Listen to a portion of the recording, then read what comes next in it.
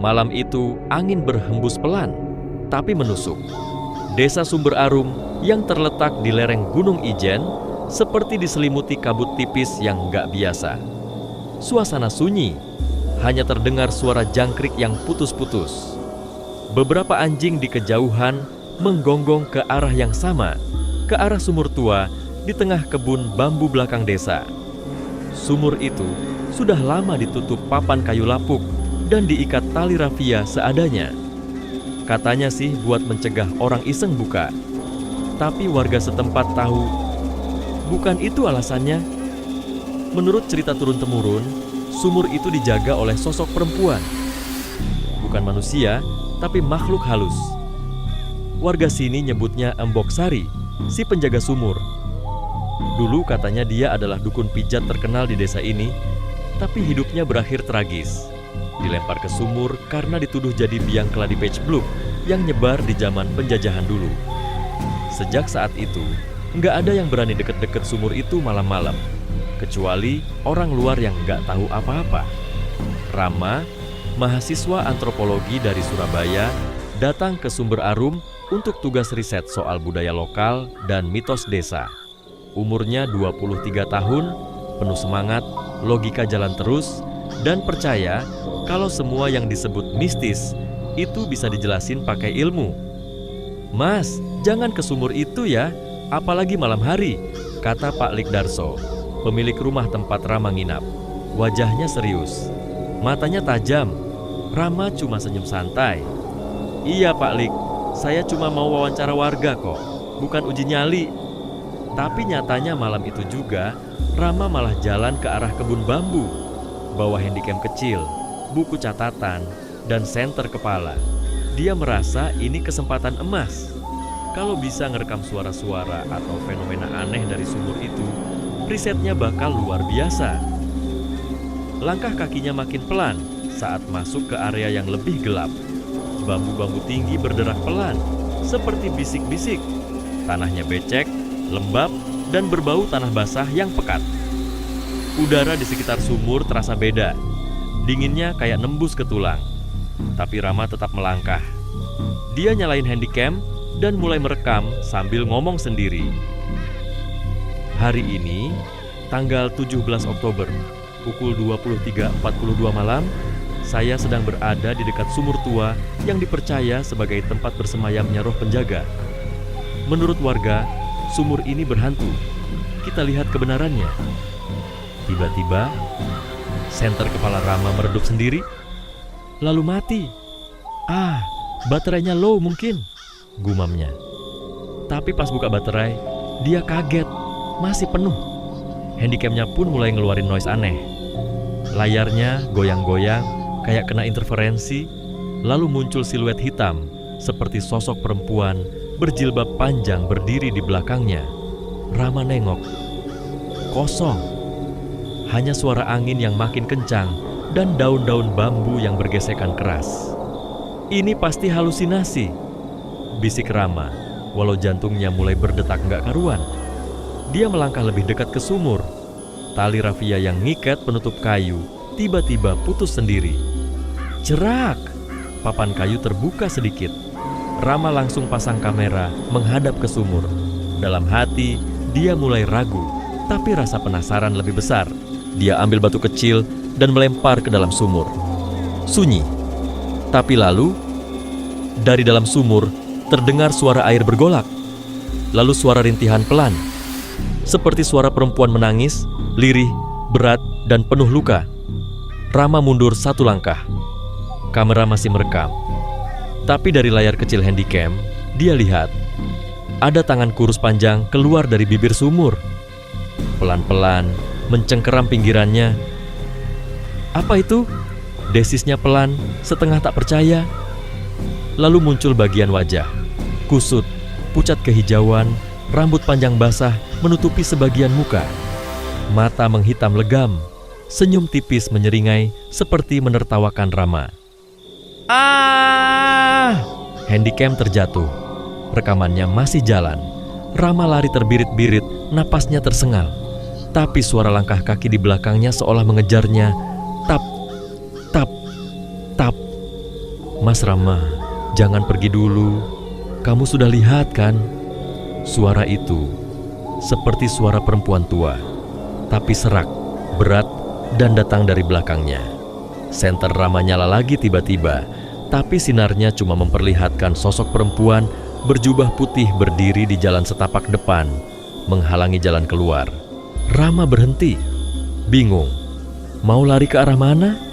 Sosok itu nggak bergerak, tapi rambutnya tiba-tiba melayang pelan, seperti tertiup angin, padahal angin nggak ada. Lalu, dia tersenyum. Lehernya berputar perlahan, hingga berbalik 180 derajat. Ya Allah, Rama kabur ke arah samping, terobos semak dan lumpur, sampai akhirnya jatuh tersungkur. Dia sadar, dia salah besar. Ini bukan sekadar cerita rakyat, ini nyata. Dan dia sudah membangunkan sesuatu yang seharusnya dibiarkan tidur. Dari kejauhan, kamera kecilnya masih menyala. Gambar terakhir menunjukkan sumur itu terbuka penuh, seperti siap menelan siapapun yang coba mengungkap rahasianya. Dan dari balik lubangnya yang gelap, sepasang mata muncul, mengawasi. Lalu, layar gelap. Sudah lewat tengah malam. Pak Lik Darso mondar-mandir di teras rumahnya. Lampu petromak di tangan kirinya bergetar pelan karena cemas. Kenapa anak itu belum balik juga? Bukannya tadi cuma mau wawancara? Sementara itu, di jalan kecil dekat kebun bambu, Rama merayap pelan. Bajunya kotor lumpur. Wajahnya penuh goresan.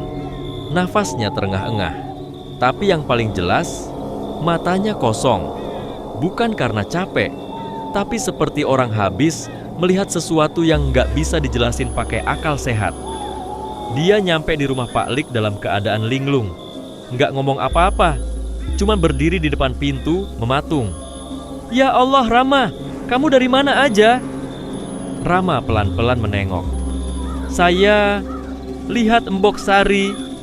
Pak Lik langsung pucat. "Kamu ke sumur itu ya? Kamu buka tutupnya." Rama nggak jawab. Dia tiba-tiba jatuh pingsan di lantai. Pak Lik buru-buru angkat dia masuk rumah. Besok paginya, warga mulai heboh. Kabar soal sumur tua terbuka lagi tersebar cepat, kayak angin buruk. Beberapa orang tua yang dulunya pernah ngalami peristiwa ganjil di sekitar sumur mulai gelisah. Di musala kecil dekat balai desa, Pak Lurah ngumpulin tokoh-tokoh tua. Salah satunya Mbah Seno, lelaki sepuh berjanggut putih yang dikenal bisa ngobrol dengan makhluk tak kasat mata. "Ini udah kejadian ketiga dalam 30 tahun terakhir," kata Mbah Seno sambil menunduk. "Setiap kali sumur itu dibuka, selalu ada korban." Pak Lurah mengangguk pelan. "Kita harus tutup lagi, tapi bukan cuma secara fisik, secara gaib juga." Sementara itu, Rama mulai siuman di kamar. Tapi sejak bangun, dia jadi beda. Pandangannya kosong, ngomongnya ngelantur, dan kadang tertawa pelan sendiri. Tangannya seperti menggambar sesuatu di udara, gerakan aneh yang nggak dimengerti. Tapi bentuknya berulang, mirip lingkaran, dengan garis vertikal di tengah, simbol kuno. "Mas Rama, kamu nggak apa-apa?" tanya Pak Lik pelan. Tapi Rama malah balas dengan suara parau yang bukan suaranya. "Kalian sudah bangunkan dia, dan dia belum selesai." Pak Lik langsung mundur, merinding. Suara itu seperti suara perempuan, berat dan tua, tapi keluar dari tubuh Rama. Malam berikutnya, hujan turun tiba-tiba. Petir menyambar-nyambar. Di rumah warga, suara-suara aneh mulai terdengar. Ada yang bilang dengar tangisan di dapur. Ada yang mengaku pintu kamarnya diketuk pelan dari luar, padahal semua orang di dalam. Keluarga Pak Rasman yang tinggal paling dekat dengan kebun bambu melapor bahwa anak perempuannya, Desi, umur 10 tahun, hilang dari kamarnya. Jendela terbuka, jejak lumpur masuk ke dalam. Warga langsung heboh. Beberapa bawa senter dan bambu menuju arah kebun. Salah satu warga, Mas Dirman, mengarahkan senternya ke sumur. Di situ, dilihatnya boneka kecil tergeletak di bibir sumur. Boneka milik Desi. "Desi!" teriak ibunya dari belakang. Tapi sumur itu mengeluarkan suara lirih. seperti nyanyian. "Nina Bobo, wow Nina Bobo, kalau tidak Bobo digigit nyamuk." Warga langsung gemetar. Suara itu pelan, tapi berasal dari dalam sumur.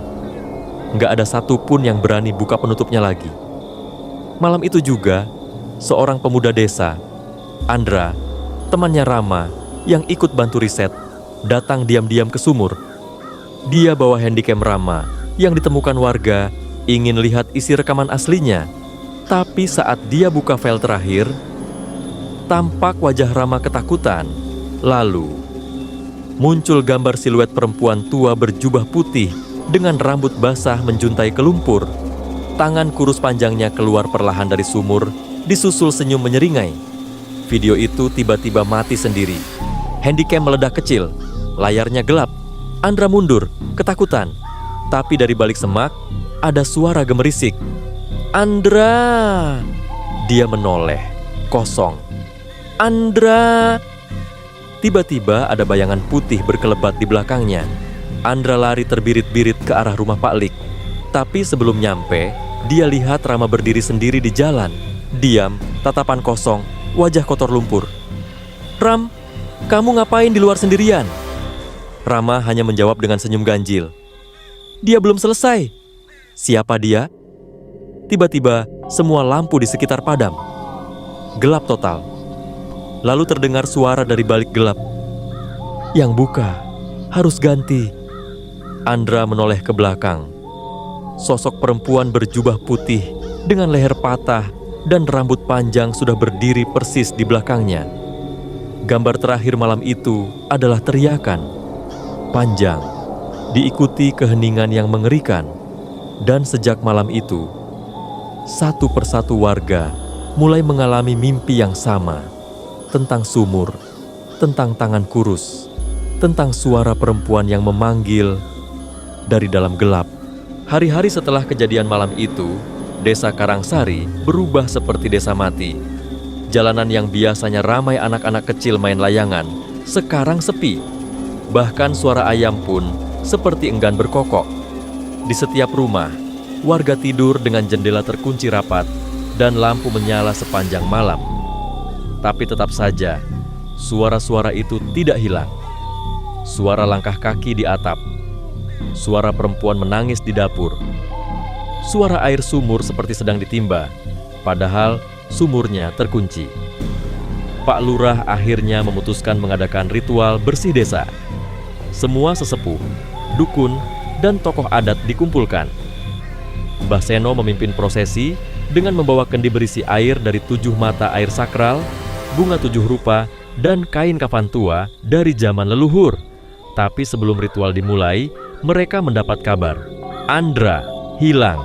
Rumahnya berantakan, jendela terbuka, dan di tembok ada tulisan besar dari lumpur. Yang membuka harus menutup. Mbah Seno langsung berkata lirih. Dia marah. Yang membuka sumur belum menebus kesalahannya. Pak Likdarso yang juga hadir tiba-tiba gemetar.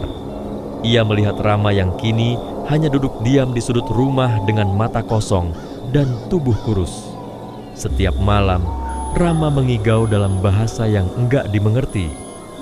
Terkadang, dia tertawa sendiri sambil menggambar simbol yang sama di tanah. Lingkaran dengan garis vertikal dan tetesan darah kecil di ujungnya. Pak Lik akhirnya pasrah. Kalau memang hanya dia yang bisa menutupnya, maka biar saya antar dia kembali ke sana. Sore itu, diiringi awan mendung dan suara gamelan dari musala yang terdengar lirih seperti suara rintihan, Rama dibawa kembali ke sumur tua. Tapi bukan sendirian. Mbah Seno dan beberapa warga ikut, membawa sesajen, kendi, dan doa-doa kuno yang sudah lama tak dibaca. Sumur itu kini dikelilingi belukar yang tumbuh liar seperti hutan kecil. Udaranya dingin dan suara burung pun tak terdengar.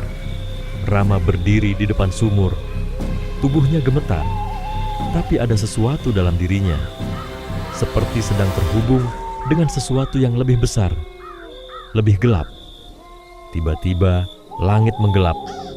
Petir menyambar jauh di ujung bukit. Tanah bergetar pelan. Rama melangkah maju membuka penutup sumur. Angin dingin langsung menyembur keluar, membawa aroma busuk dan suara-suara bisikan. Mbah Seno membacakan doa keras-keras. Air kendi ditumpahkan perlahan ke sumur, dan kain kafan diletakkan melingkar di bibirnya. Tapi kemudian, tangan kurus dengan kuku panjang meraih dari dalam sumur, mencengkeram kaki Rama. "Rama!" teriak Pak Lik. Tapi Rama tidak melawan. Dia justru menunduk dan bicara dengan suara bukan suaranya. "Biarkan aku menebus, biar dia tenang." Lalu tubuh Rama pelan-pelan ditarik ke dalam sumur. Para warga panik. Pak Lik berlari mencoba menarik, tapi Mbah Seno menghentikannya.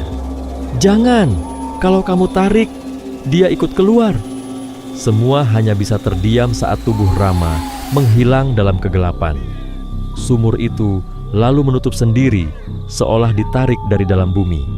Tidak ada suara, tidak ada darah, hanya keheningan. Beberapa detik kemudian, angin berhenti. Awan cerah kembali. Sunyi yang aneh mengisi udara. Suara burung terdengar lagi. Bahkan kicauan ayam dari kejauhan. Semua yang hadir hanya bisa menatap sumur tua itu dengan wajah pucat. Mbah Seno mendekat dan menabur bunga terakhir. Lalu ia berdoa pelan. Semoga arwah penjaga tenang dan Rama diterima di sisi Tuhan. Beberapa minggu setelah itu, keadaan desa perlahan kembali normal. Warga mulai berani keluar malam. Anak-anak kembali bermain. Tapi sumur itu tetap dikunci rapat dan dikelilingi pagar bambu dengan tanda larangan besar. Tapi cerita belum benar-benar berakhir. Satu malam, seorang anak kecil, putra Pak Lurah, berjalan sambil tidur. Dia keluar dari rumah tanpa sadar, menuju arah sumur. Ibunya yang terbangun panik mengejarnya. Si anak berdiri di depan pagar bambu, lalu menengok ke ibunya. Dengan mata kosong, ia berkata, "Rama belum selesai." Dia bilang, "Masih ada yang membuka dari dalam."